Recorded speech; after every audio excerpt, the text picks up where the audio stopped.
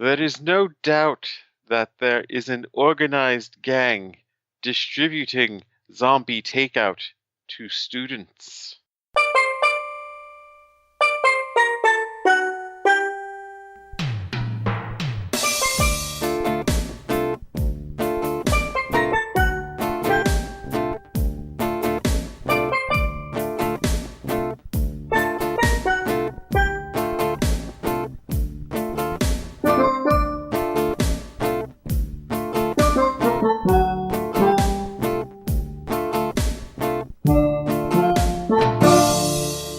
What's up? Welcome to episode 321 of Zombie Takeout. Zombie takeout. The B-Movie and Cult Movie Podcast. I'm Uncle John. And I'm Scotto. And before we get started this week, just a couple of, a correction and a note from last week. God damn, we fucked up. Well, slightly. You mentioned that there was no Doom or Wolfenstein movie. You lamented the fact that there were none. There was a Doom movie. Really? It starred The Rock. It was horrible. You may remember there was a section in first person. It was from 2010. No, this is drawing a blank entirely. I can't even for the best. I can't even believe there was a Rock movie that didn't get press. It was bad. We might just add it to the list just so you can see the horror. They actually tried first person for like 20 minutes of it. I mean, think about it. He's done some real shit movies. Mm-hmm. Movies that you don't even have to see to know they're shit, like Return to Witch Mountain or whatever the hell that was. I actually did see that one. It wasn't horrible. It was really? It had its moments. It wasn't good, but it did have its entertaining moments. I'm thinking more like the Scorpion King and, the Mummy movies. Oh, well, yeah.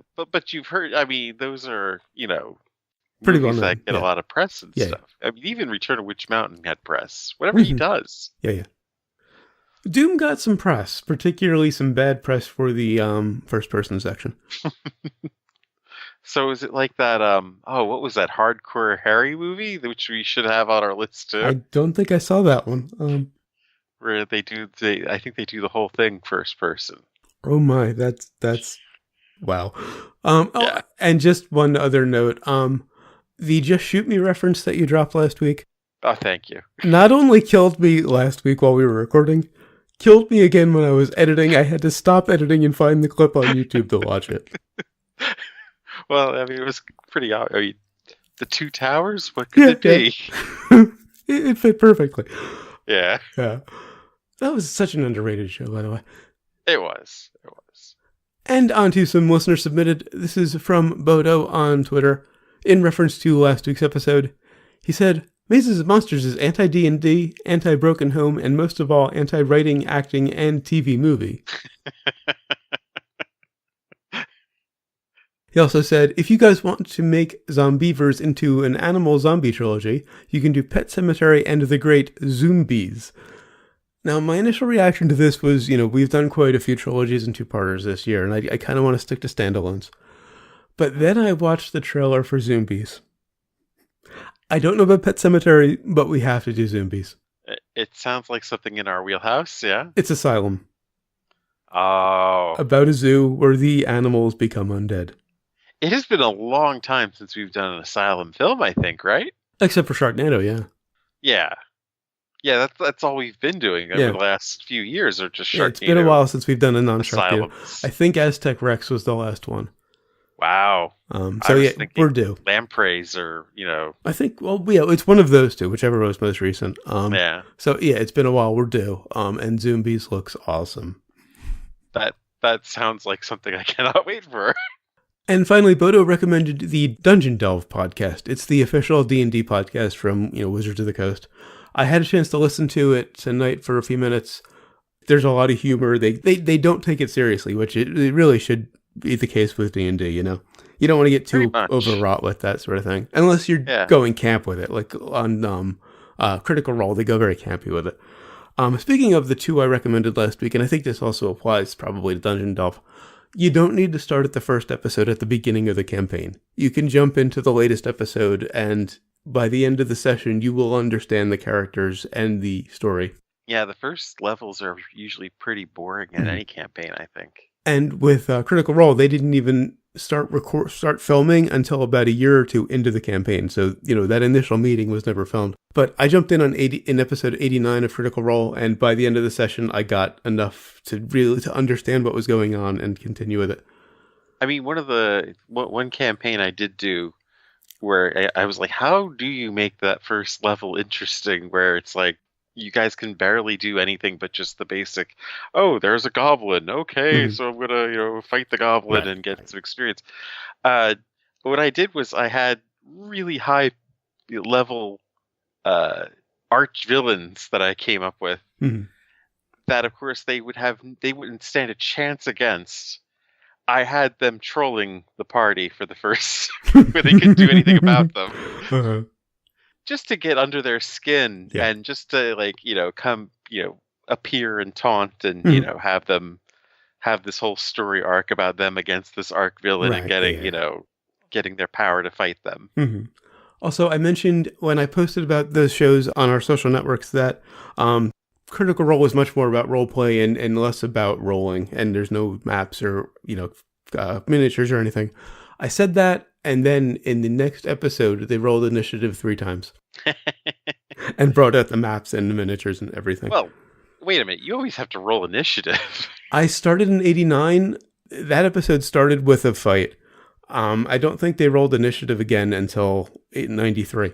Really? There were 3 or 4 sessions where they did not roll initiative. I mean, I know, you don't have to do the metal figures and stuff, although sometimes that can be fun because then you can do a tactical kind of thing of how you're going to approach something. But I mean, you got to roll initiative if you're going to have a fight. The 2 shows that I watch are vastly different in that sense. On High Rollers, they roll initiative 2 or 3 times per episode, per session.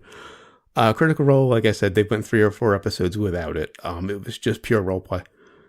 Odd, all right. And ironically, the next one after I say that they don't really, use miniatures, they roll initiative 3 times. It was the end of an arc, so they were up against a couple of bosses. Okay. Really tense. They almost wiped at one point and ended the campaign. Anyway. Wow.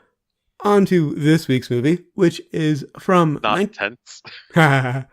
from 1936 or 1938 or 1939. It's a little unclear.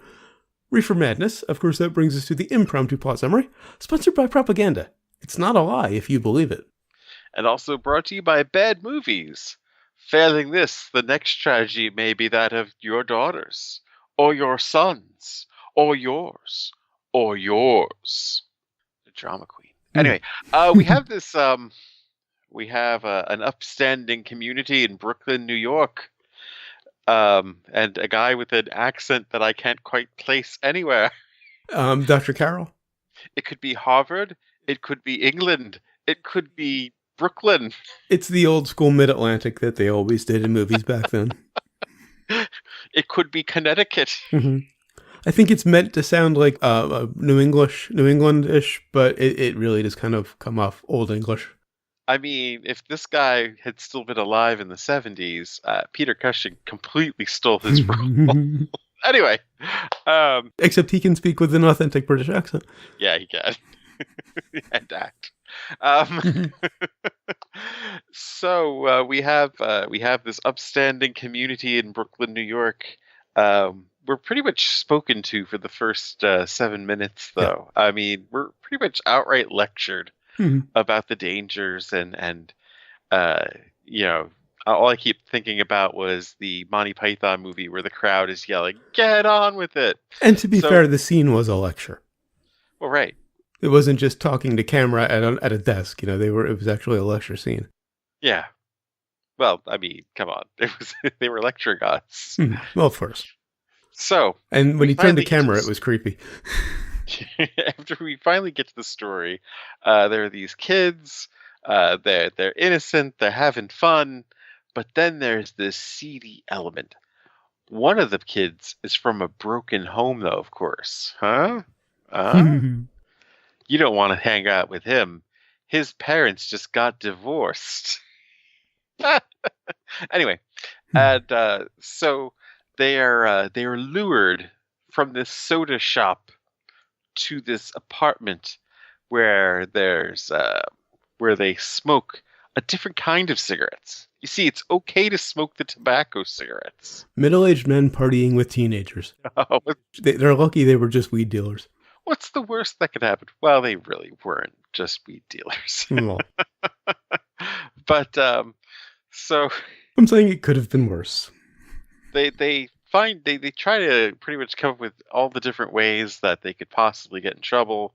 One kid kills someone in a hit and run, and some people are just laughing for no reason, of course. Probably the only realistic thing about the movie. That's true. The laughter is the only thing. Everything else seemed like they were on PCP rather than marijuana. But except for the laughter, maybe, which probably could also happen on PCP too. I don't know. Well, I have no idea. So, and then of course the girlfriend of our hero finally is lured up into this sordid place of I want to say ill repute, but there was no prostitution going on. Well, it's still ill repute. It's just that's a euphemism for prostitution, but you know. Yeah. And of course, she winds up getting shot because that's what happens when you hang out with people who smoke weed. It's really more an indictment of weed dealers than the kids. Well, yeah. It's a literal indictment at the end. Luring these kids into this sordid lifestyle. So of course the trial is going on for the rest of the movie. I thought it was going to turn into 12 Angry Men for a minute there. It did look that way. Which, oddly enough, the kid had no defending attorney for some reason. Because you only heard the prosecution side. Never mind about how there had to have been other people there. Why are there no witnesses? And so he's found guilty. And that's not a spoiler, because that doesn't necessarily mean that's what's going to happen in the end here. Right. Because all the witnesses are being sequestered by the, I guess you could call them mob guys. The gangsters, I guess. They were gangsters. Not gangstas either. No. They had the ER for that. They had the ER at the end of their occupation. So they were being sequestered while the trial was going on, so there were no witnesses. I really don't understand why, though, because if, why would they incriminate themselves anyway? So why would you need to hold anybody up? And, of course, they crack. All hell breaks loose, and I guess you could just say hilarity ensues. Now, in 1936 or 1938, again, the year is dubious, this movie, originally called Tell Your Children, was financed and made by a church group and intended to be shown to parents as a morality tale, attempting to teach them about the dangers of cannabis use. However, sometime after it was made, it was purchased by exploitation filmmaker Dwayne Esper, who inserted salacious shots. In 1938 or 1939, Esper began distributing it on the exploitation circuit, where it was originally released in 4 territories, each with its own title. Those 4 titles being The Burning Question, Dope Addict, Doped Youth, and Love Madness. In New England, it was known as Reefer Madness, which is where the title comes from. All right. So this version that we've seen was actually not the original. It was still the doctored version. Really? And I wasn't sure until the trial at the end. Actually, the just before the sentencing, there's this shot of people's eyes that just comes out of nowhere. That didn't belong. That had to be an insert from Dwayne Esper. Did it though? Because I mean, there seemed to be a lot of whoever made this did not know what they were doing. Really, I mean, they were horrible edits. Well, and I think, as I have in my notes, the toking pianist, this piano player who just kind of sneaks off and tokes up, and then you get a couple other shots of him. He's not in the story. He never has any dialogue. He's just really there for the stereotype of the toking musician. And toking, not token. Right. And I think that was also an insert by Esper. Is that really what he would insert in there, though? I would think he would have more salacious things to put in. Well, that was the 30s. That was salacious. Yeah, I guess it's hard to tell what was salacious in the 1930s. The movie starts with a crawl. A movie that starts with a crawl can't be all bad. Well, it's like the original Star Wars Mm. almost. Also, I think a lot of the acting, to be honest, was better than the movie. Most of the gangsters were good, acting-wise. And I kind of liked Dr. Carroll's performance. I mean, it was Nah, over the top, but it was fun. I It I was very Jeffrey Combs. I was wondering how I was going to you know. Thank God this was a short movie. I mean, Wow. because his performance alone was just dreadful. It was just like just to be locked in a room with a guy like that, just blathering on. Well, I didn't like the character, but I bought the performance. But that's the problem. There wasn't much of a performance there. He was mostly just reading, Hmm. obviously reading. And in the middle of that lecture, he basically explains how joints are made and how to traffic drugs. Because he talks about, cocaine and heroin and, harder drugs being trafficked in watches and shoes and all Yeah, these what you could ways hide that it people in. can hide them. And then they show a joint being rolled. And I'm wondering if those inserts were, well, the inserts could have been put in by Esper, but the dialogue about, how heroin and cocaine were trafficked was said by the actor who played Dr. Carroll. So that had to Yeah, be. I really don't know what could have been inserted into this. I mean, for the version we saw, at least, aside from the scene where he's with the older woman, before the murder, Mhm. um, there really wasn't a whole lot that was salacious before that. And maybe a little bit of the murder scene itself, but those were pretty essential to the plot, Well, both no, of those weren't those. inserted because those were the actors who were in the whole movie. So they Yeah. couldn't have been inserted years later by this, other filmmaker. Now, the crazy eye scene, that was the mob boss at the end, I think. But it was I just this random picture of just people's eyes. Or like three it, people. They were close ups. it was very weird. Yeah. It was kind of like, what? What is this? And I think we come down on opposite sides of this because I'll just say it. I loved this movie. It was so much fun. Particularly Bill, the guy who ends up getting framed for murder. He was just so incredibly camp. Well, yeah. He's just a square guy. Like if I were going to recast the role, go back about 20, 30 years, I would put Jim J. Bullock in the role. It's that like that's how he kind of came across. And I found out that Riff Tracks actually did this. Mike Nelson specifically riffed on it. But I hope MSG3K does it next season. It's public domain, so Oh, wow. yeah.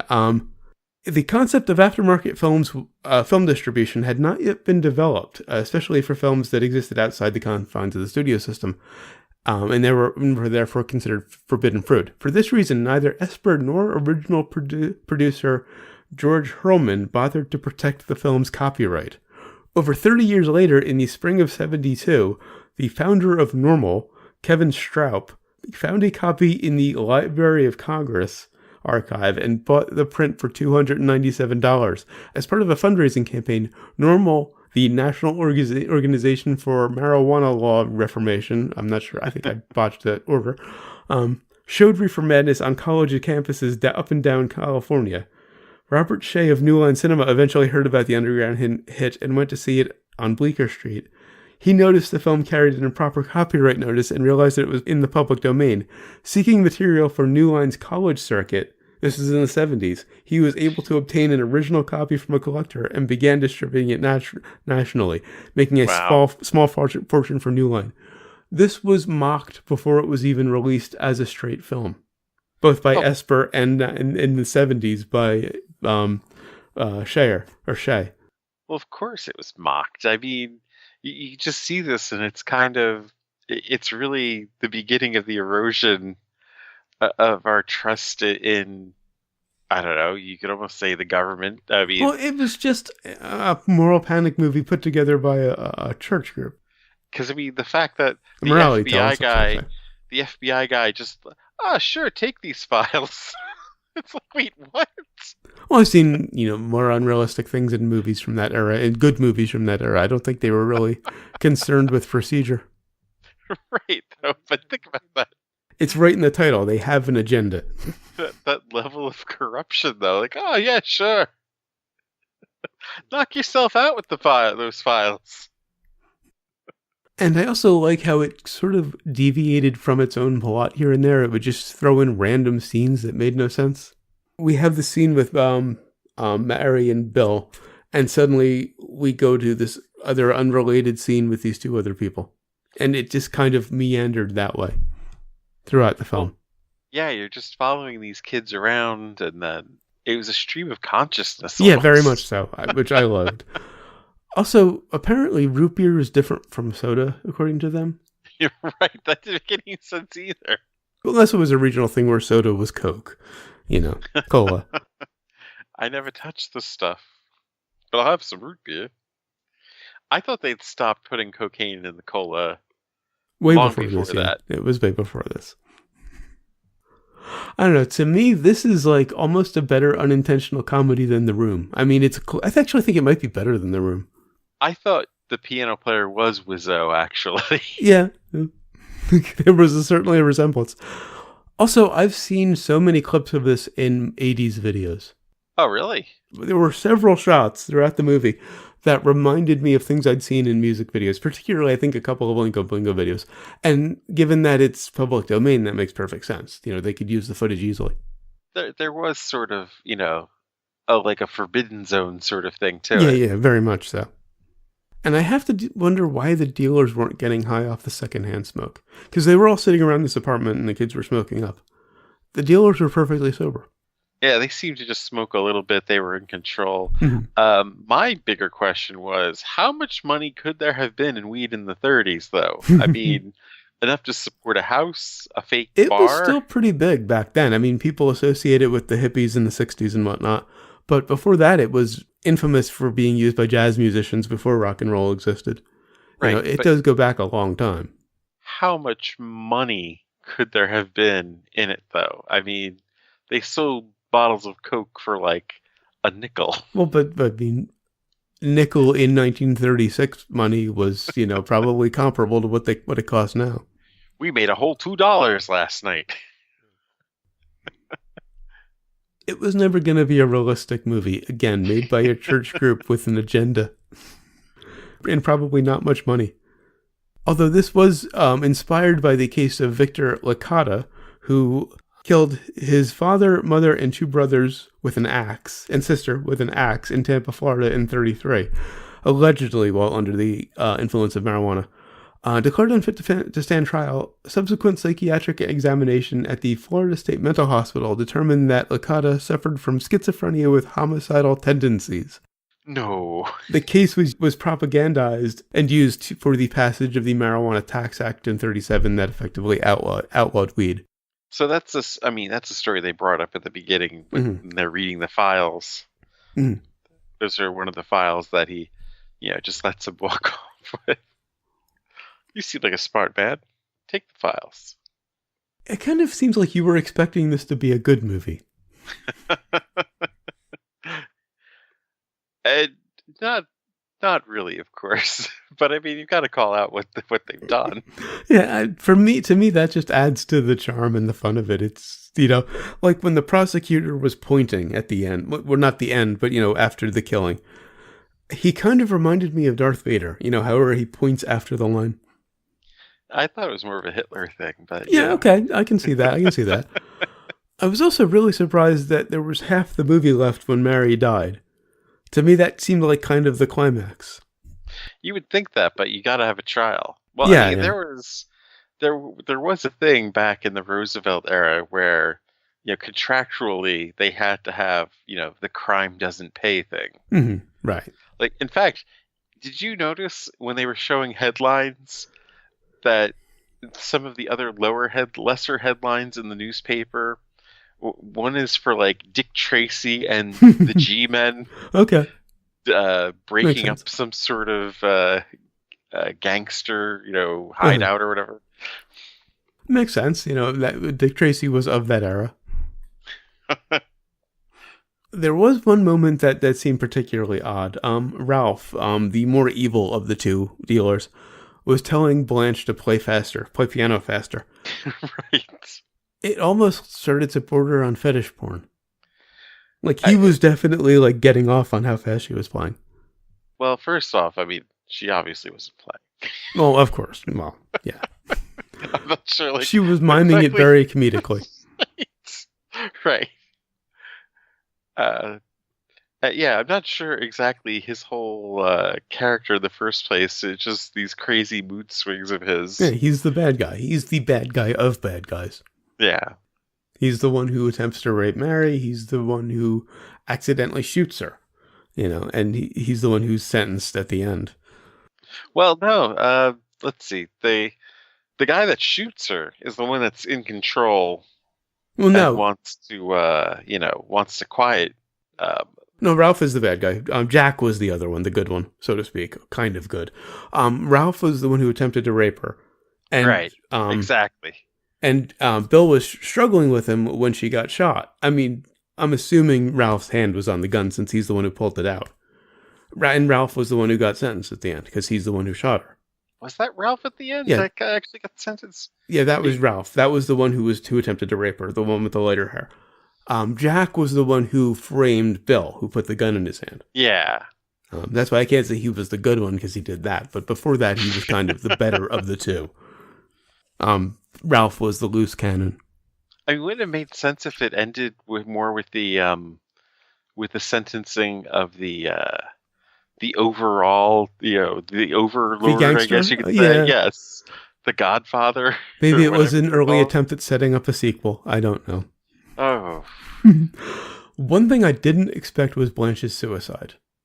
They're leading her to the jail cell, I suppose, and she sees a window and just runs for it. I mean, it was just shy. The movie was just shy of having somebody, putting a turkey in the crib and saying, "Well, where's the baby?" Yeah. Ah! Right. You have to have somebody jumping off a building. I guess. Believing they could fly. Or, I mean, whatever. And again, his lines to camera from Miss Dr. Carroll, incredibly creepy. Because he just looks straight into the camera. Right. There's a reason why people don't do that. Yeah. And this movie demonstrates it perfectly. Yes. What it did say more than anything was that, I mean, I should give weed another try. Because, I mean, it sounded pretty wonderful. I remember it being pretty dull, actually. Uh-huh. On a sequels and remakes? On a sequels and remakes. Sean Alby's stage adaptation, Reefer Madness, ran for a year in Chicago in '92. The film was spoofed in a musical of the same name, which was later made into a made-for-television movie in 2005, which featured actors such as Alan Cumming, Kristen Bell, Christian Campbell, and Anna Gasteyer. That I've seen. In fact, when we were talking about whether or not we wanted to do the original, that was the not original that I was thinking of. It's entertaining. In 2004, 20th Century Fox, in collaboration with Legend Films, released a colorized version on DVD. I don't know, the original just kind of lends to the charm, the black and white and the kind of, iffy stock. Well, right. And I mean, just the way this is cut and everything. I mean, to make it in color just doesn't make any sense. Yeah. It would be like colorizing Forbidden Zone. It would just take too much away from the movie. On to Brains? On to Brains. I had an absolute blast. Like I said, I think it might be a better unintentional comedy than The Room. I'm going 5. There were some fun moments and stuff, but there was a lot that was just like, oh, really, man? Can you just knock it off for a little bit? A lot of harshing of my buzz, honestly, so I'm going with a 3. All right, and what have we learned? If you're missing a tennis ball by 3 to 4 feet, I mean, that's got to be some primo shit. And I learned that educators can't do anything until the public is sufficiently aroused. I love that one. Why did we make that the intro? Couldn't quite find a way to fit it in. Nothing to put zombie takeout in exactly. there. Exchange it. But damn it. Yeah. All right, so until next time, we'll be concluding the Moral Panic trilogy. Yes, this was part 2 of the Moral Panic trilogy. I forgot to mention that. With Glenn or Glenda, recommended by Bodo Winter. Until then, go to zombietakeout.com, check out the album art, the episode description, of course, the episode itself, which you're already listening to. Links to find us on Facebook, Twitter, Google+, and YouTube. Links to subscribe via RSS and iTunes. Please leave us a rating and a review on iTunes. We'd really appreciate it. Also, if you enjoy the show, spread the word. Give us a little word of mouth. Of course, we appreciate all of the listeners we have, but more would be better. You'll also find the movie list, every movie we've reviewed so far, and every movie we're going to review, in order up through, I'm going to say it's not quite there as of this moment, but I'm going to say Zombies. Wow. Because we have to do a two-parter with Zombievers and Zombies, and Zombievers is at the end. That's a long way from now, though. I mean... Yeah, I'm thinking that's August, September, somewhere in there. If we're lucky, I mean, that's like... That's currently, without adding anything, yeah. Oh, side note, because I'm just thinking Prometheus is also toward the end. I heard some reviews of Covenant. A lot of action, but not very interesting beyond that. I'm very intrigued that, like, Danny McBride is going to be in it. Mm-hmm. And Franco, and apparently they don't have the usual Franco-McBride chemistry. Huh. It's really weird to put him in, and it's not a comedy. Mm-hmm. Anyway, you'll also find the recommendations list.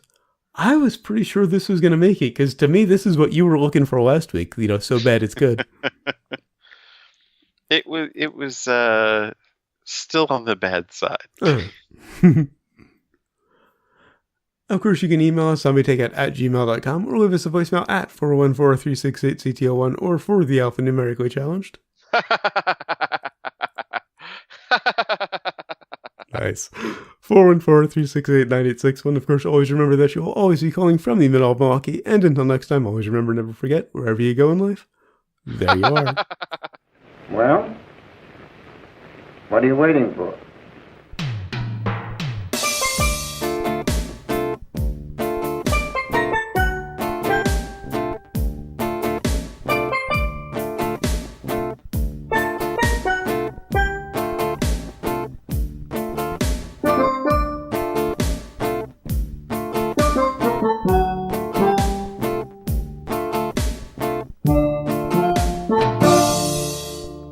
He said, Mazes and Monsters isn't Mazes and Monsters is anti-D&D.